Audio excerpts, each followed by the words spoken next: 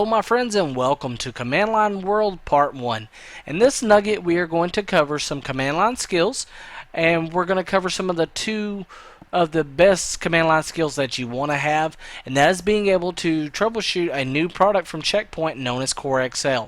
Now Core XL is just a remarkable innovation in technology, and you're going to see exactly how to deploy this product and how to tweak it and just the benefits from this particular product and how it's going to help you make sure any environment that you run into is going to be working more efficiently and be able to provide better security, and that is one of the goals of learning Core XL.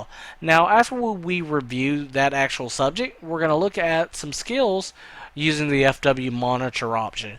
Now FW Monitor is just a remarkable troubleshooting skill that you need to have to become a Checkpoint certified security expert for the R70.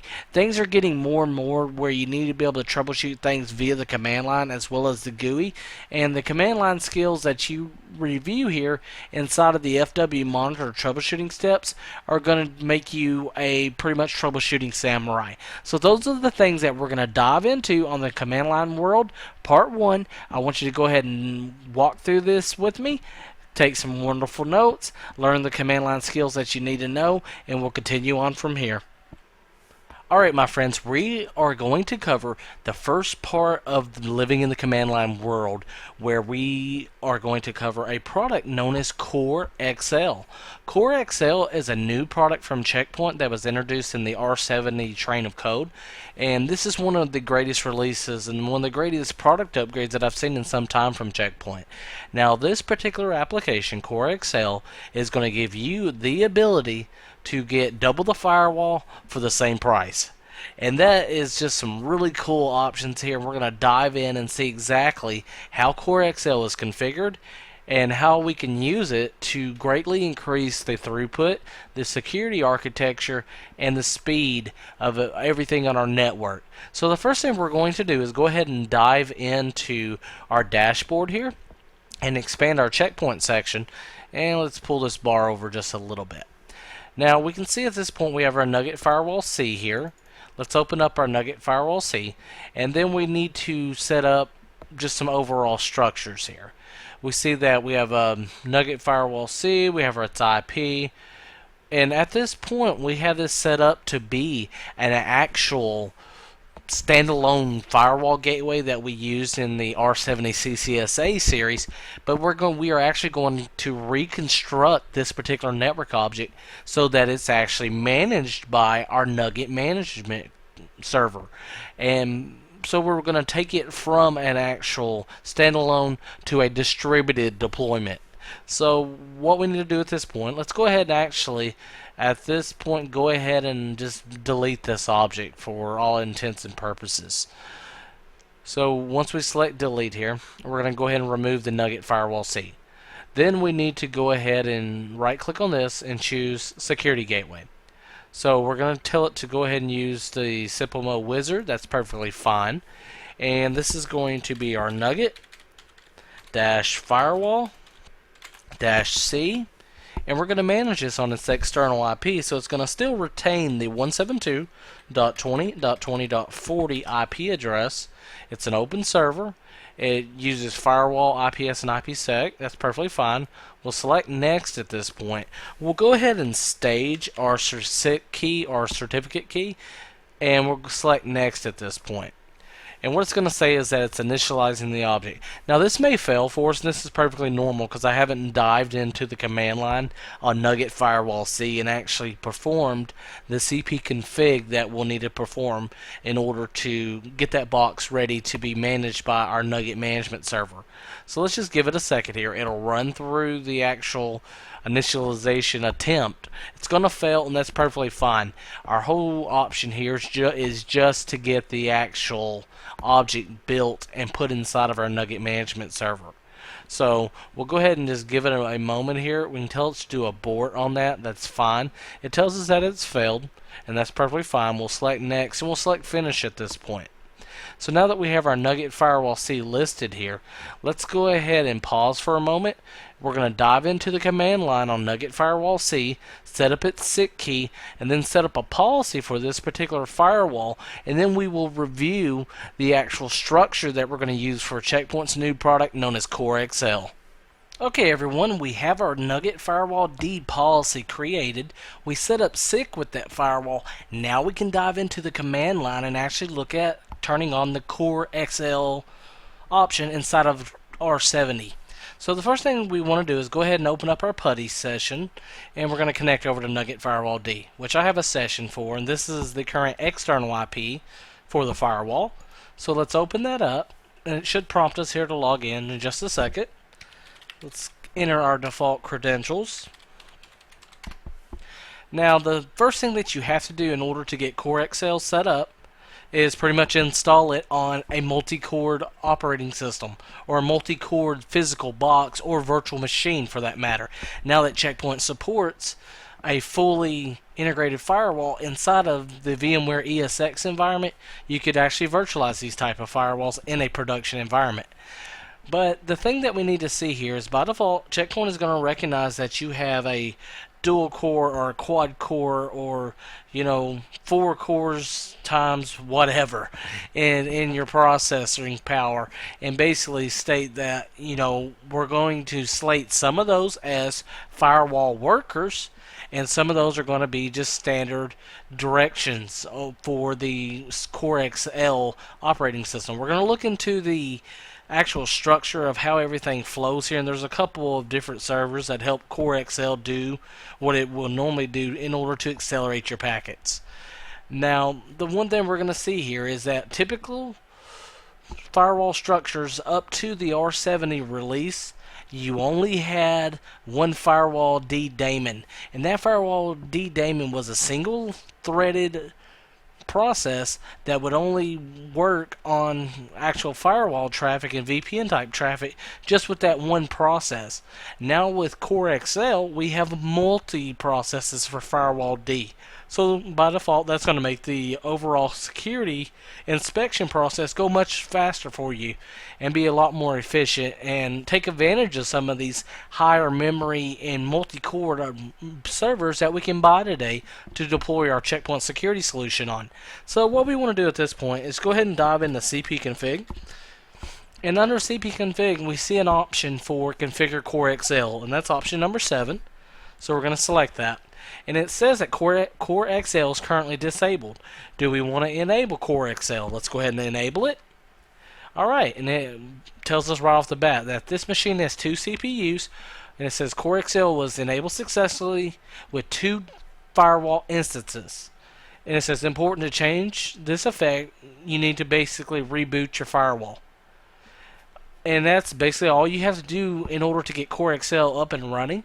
In some cases, whenever you install it from the get-go, it may enable it for you, but always come into cpconfig, check it out, make sure it's enabled the way that you wanted to enable it.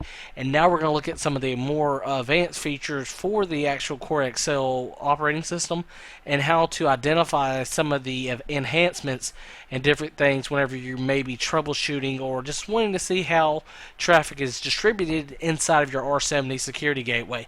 So let's go ahead and reboot this firewall. We'll pause for a second. We'll come back and check out the additional options that are available inside of Core XL. Okay guys, while we're waiting for Nugget Firewall D to reboot, let's cover a few housekeeping facts about Core XL. Now Core XL is supported on secure platform, Nokia, IPSO, and Crossbeam platforms. Core XL does not support certain features from Checkpoint such as QoS, Traffic View and Smart View and Monitor, Firewall 1 GX, a route-based VPN, IP pool NAT, IPv6, overlapping NAT, or an SMTP resource. Those are all things that you cannot do or you cannot have deployed if you want to take advantage of using the Core XL operating system. Now by default we talked about how the actual installation process of Core XL, how it actually assigns cores based on the hardware that you are installing the R70 software on. So basically, the way it works, if you have one processor, of course, Core XL is not enabled, and if you have two, you have two instances of the firewall D daemon, like we see here on our particular machine, because we're using two CPUs. Therefore, we're going to enable two firewall instances. And then again, if you have four CPUs, you're going to have three cores for the firewall. And if you have eight CPU processes, then you'll enable six. And if you have more than eight, the number of cores minus four is going to be what your actual FWD daemons will be. And that's basic processes and some basic housekeeping tips and some facts that you really want to know when learning things about the Core XL operating system or enhancement to secure platform in R70. So remember those facts and you'll do great in mastering everything you need to know about Core XL. The next thing I want to review on the Core XL operating system or the Core XL product inside of R70 is how do you actually see how the actual packets are being processed through your current firewall. Now the thing that you're going to see is that from time to time you may want to dive into the actual firewall's command line in order to actually see how things are being handled. Let's say, for example, that you're getting some complaints that maybe things are getting a little bit slow and you want to review exactly how the overall structure of packets are working through your firewall.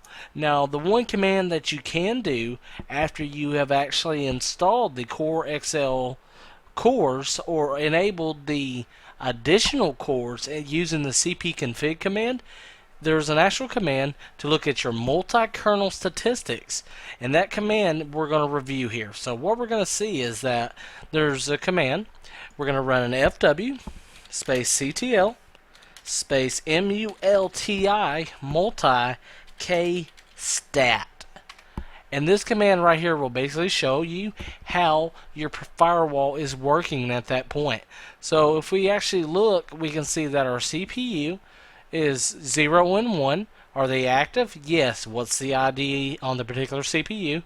The current connections and the peak connections for those particular CPUs. Now this is a test environment. Of course, in a production environment, you get a lot more, more relevant data about the actual connections that are rolling through those firewalls, but you get the point. If you ever want to dive in and check out exactly how things are looking on your actual firewall load capacity and how things are distributed, remember fw space ctl space multi-k stat. And you can also look at some typical commands using the top command.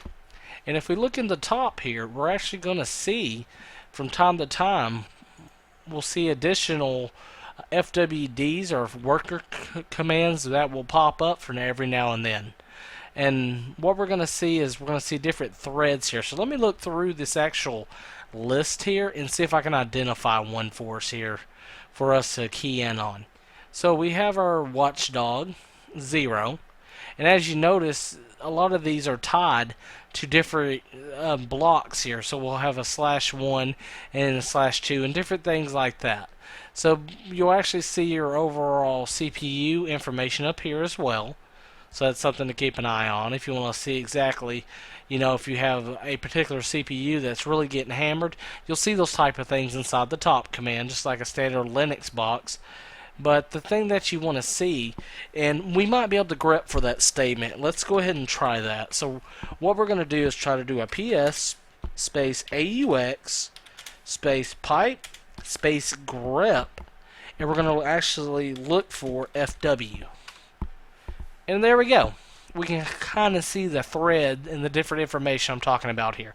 So we see we have a firewall underscore worker 0 and a firewall underscore worker 1. And those are our two firewall daemons. And those are the ones that are performing the inspection and the acceleration and the actual policy configuration and enforcement on our particular firewall. And these two FWD daemons are responsible for taking care of that. So like I said, you get double the capacity for the same money in a lot of cases when we're talking about upgrading from an R65 or an R60 or even an R55 build of Checkpoint's firewall VPN1 firewall software. up to R70, that's one benefit to go ahead and make the jump, make the upgrade, because you're going to get double the performance. You're going to have a much more efficient security policy, and you're going to notice a immediate response from your employees. They're saying, hey, it looks like our internet's a little bit more peppier, or browsing to the websites doesn't seem as slow. What did you do? What did you disable to make things work more efficient for us? Because a lot of times us as security engineers, we're always known as Dr. No, right? We're only there to infringe on everybody's fun and make sure that they don't surf Facebook and Twitter and Amazon all day, right?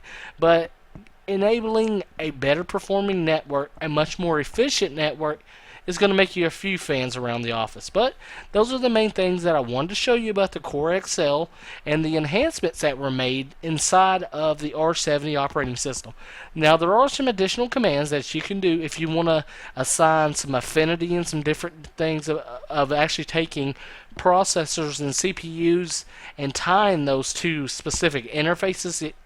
And that's something you can dive into. All that type of information is available, but it's a little bit outside the scope of just what you need to know for your CCSE on R70. But that information is fully available inside of the R70 Firewall Administration Guide from Check Point. But I just wanted to give you the basics and give you the skills that you need to know for your CCSE upgrade certification. So let's continue on from here and learn some more great and additional things that you need to know to make you that command line samurai. So let's pause from here, and then we'll take on our next subject in this particular nugget, and we're going to dive into using a pretty cool thing that you're going to need to know, and that is known as FW Monitor.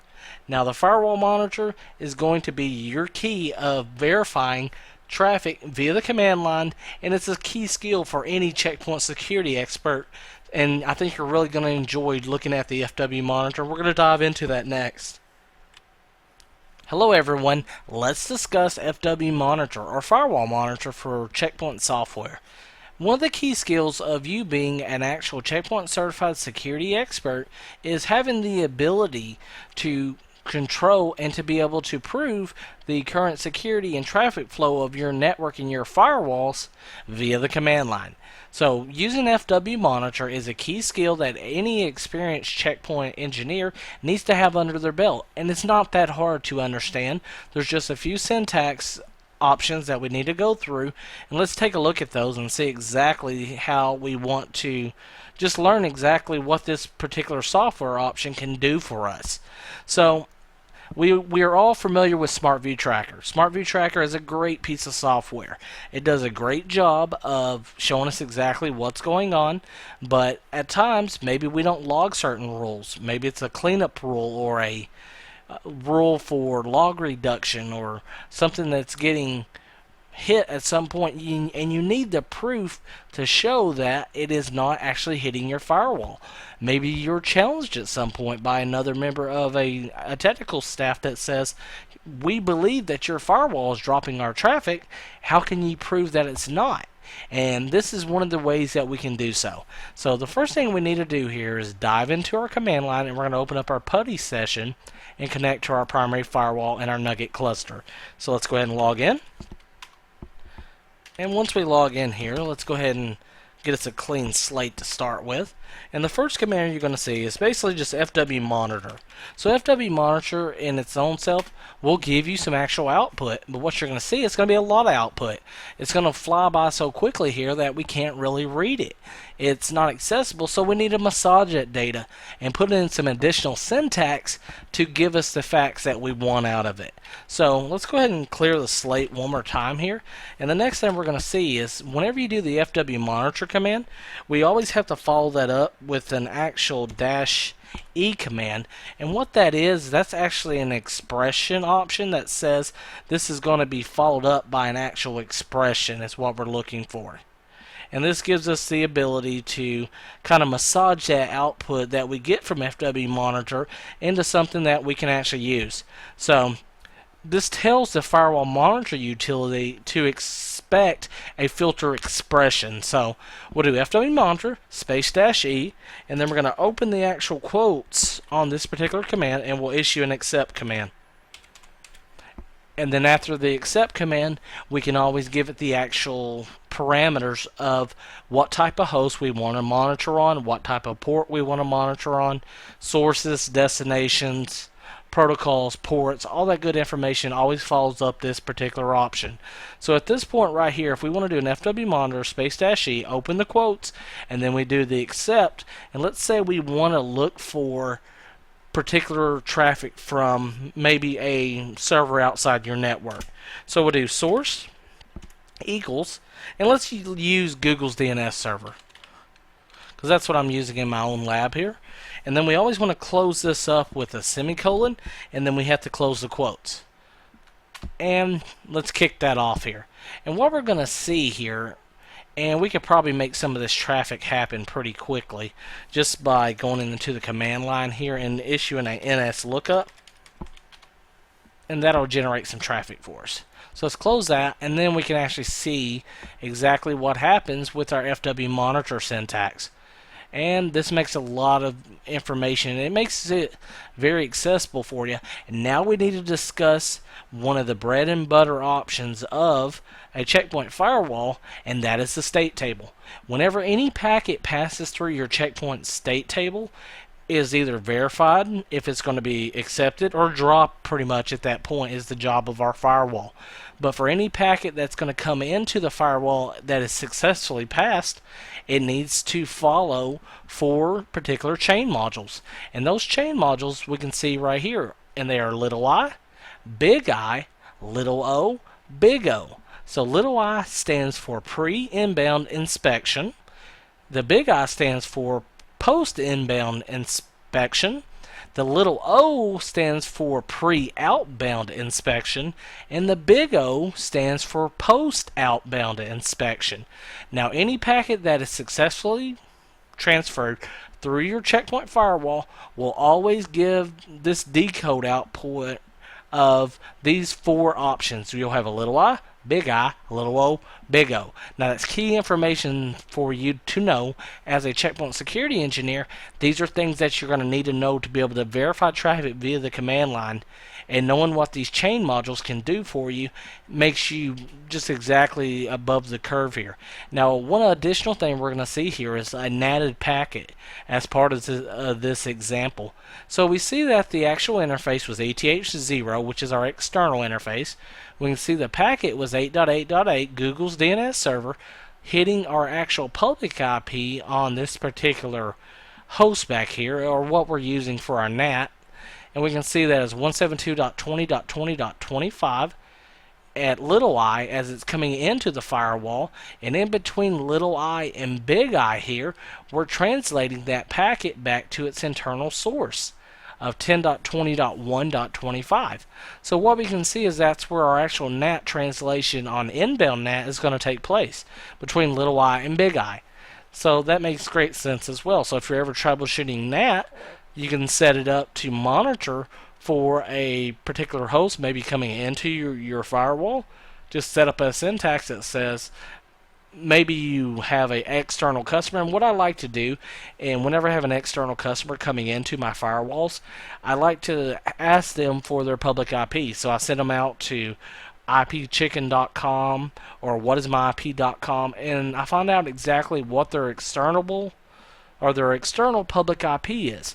That way I can set an actual FW monitor expression to state that I'm going to do an FW monitor -E accept it, and I'm going to look for the source of their public IP.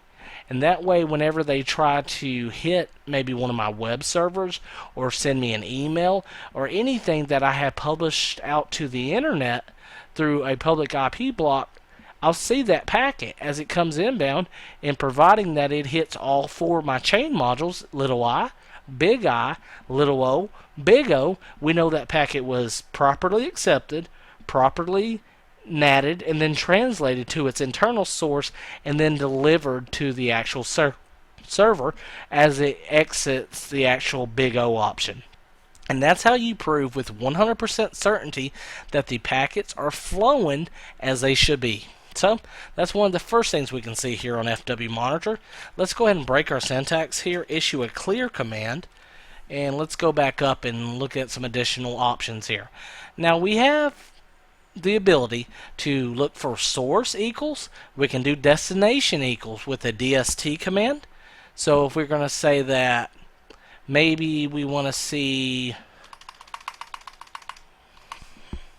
DST equals 4.2.2.2, close our quotes here, or put our semicolon in, and then we will close our quotes, kick off that actual syntax, and we don't see anything at this point. But if we go right here and we go in the command line, let's issue a ping to 4.2.2.2, kick that off, and we'll kill the packets, and we can go back and check it out again. So we see our actual packets going outbound, and it's a destination request on our actual FW Monitor syntax here. So this is our syntax that we're issuing.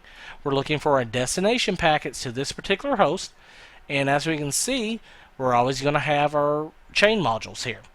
For each packet that we send outbound, it's going to do our little I, little o, big O. And we can see it's going to translate in the reverse there. So if we ping from the inside, we're going to see that we have our 10.20.1.25 and for little I and big I, and little o, it's still 10.21.25, but on an outbound packet, translation is going to take place between the little o and the big O. So we can see at this point, as the packet tries to exit the firewall, just before it exits the firewall, we translate that 10.20.1.25 over to the IP we're using on our public segment, and then we send it outbound to 4.2.2.2.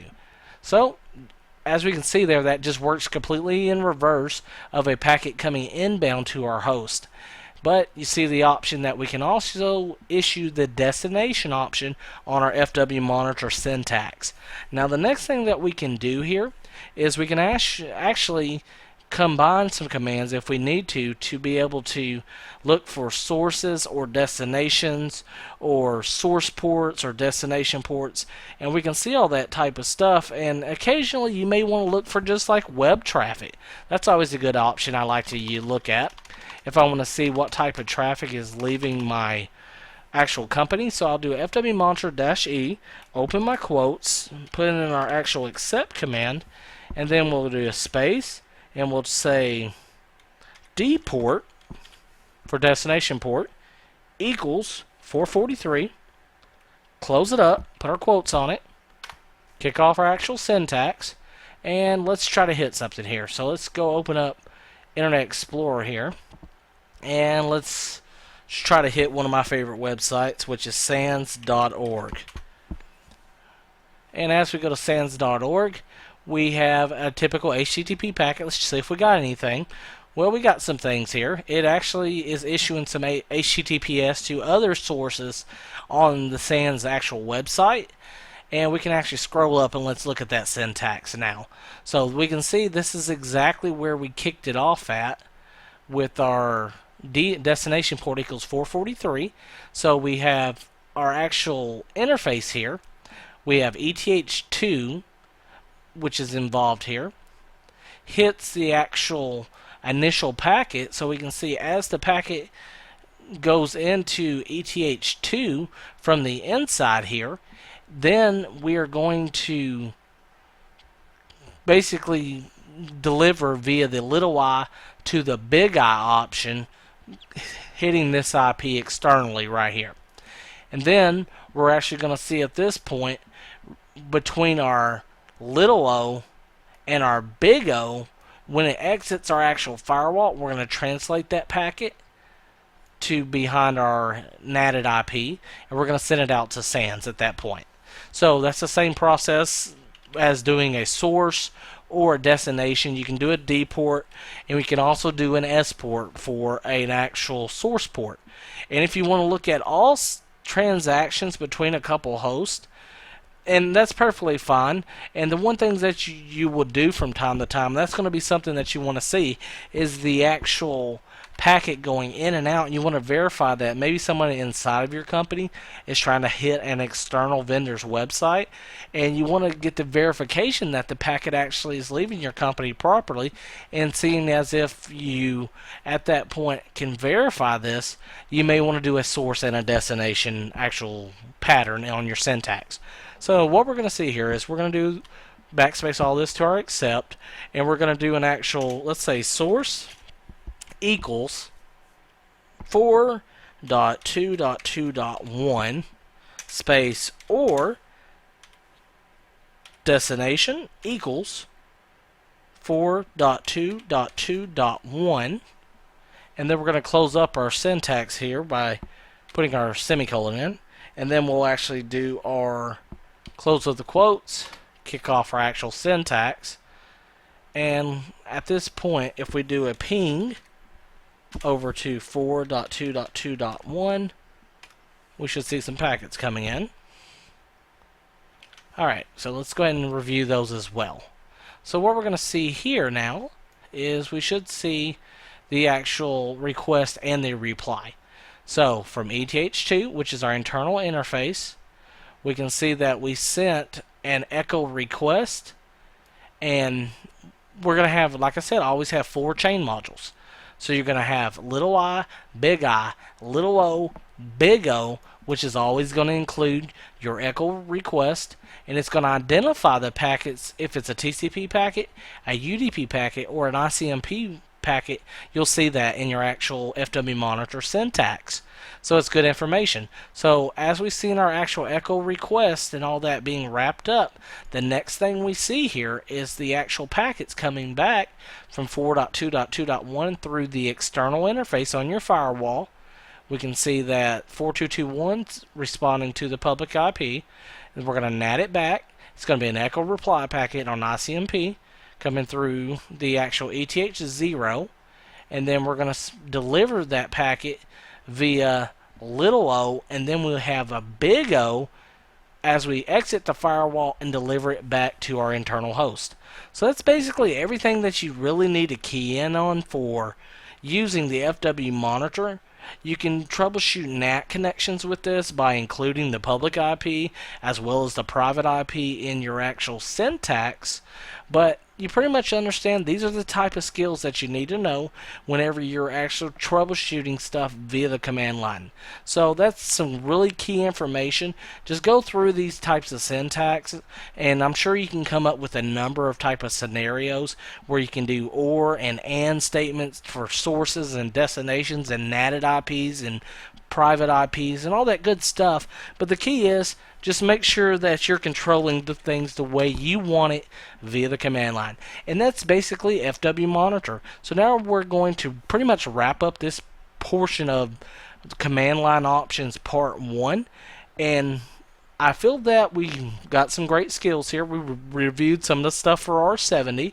We've looked at some of the key skills that you need to know for the command line. We're going to follow up this particular nugget with a secondary nugget on command line skills, where we're going to dive more into some verification of firewall options, looking at some processes, looking at some additional ways to capture traffic, and to look at stuff in real time using our TCP dump options. So we'll check that out as well. So let's pause for now, then we will dive into another nugget where we will review command line options part 2. Hello everyone, I know we learned some key skills inside of the command line world part 1 that are going to make you much more successful in your job as a Checkpoint certified security expert. In this particular nugget, we reviewed the Core XL product as part of R70. We saw how we basically are now getting double the performance from a Checkpoint firewall for pretty much the same money. The Core XL is going to take advantage of any new hardware that we have that has multiple cores in it, and to be able to spread our firewall daemon across those multiple cores to make our firewalls that much more efficient, that much more secure, and to be able to process packets at a much faster rate. And that's one of the greatest things about Core XL, and we saw saw that in this particular series. Now, the next thing we looked at in this particular series was the FW Monitor tool. We saw how we need to learn about the 4 chain modules that any packet has to process through when traversing our checkpoint firewalls. So, the points to remember there are the little I, the little O, big O. And those are some skills that you can take today to any checkpoint environment, and you'll be able to duplicate those troubleshooting steps and to make yourself successful. I hope this was informative for you, and I'd like to thank you for viewing.